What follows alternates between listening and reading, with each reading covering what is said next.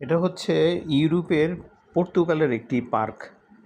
পার্কটা আপনার এই পার্কের গাছগুলিকে এভাবে তারা কেটে কেটে মানে কেকের মতো কেটে কেটে রাখে। এই জিনিসটা খুব খারাপ লাগে আমার কাছে। আপনাদের কাছে কেমন লাগে আমি জানি না। খুব বিরক্তিকর একটা জিনিস।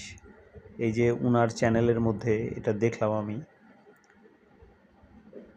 খুব বিরক্তিকর বিষয়টা। এই গাছগুলিকে যদি প্রকৃতির নিয়মে বেড়ে উঠতে না দিয়ে এই মতো কেটে কেটে যদি রাখেন তাহলে মানে এটা কেমন দেখায়?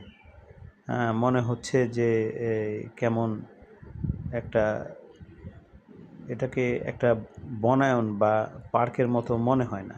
মানে গাছগুলিকে যদি এরকম চারকোনা করে কেটে কেটে রাখেন, তার নিজের ইচ্ছা মতো প্রকৃতির নিয়মে বাড়তে না দেন, তাহলে জিনিসটা কেমন হয়?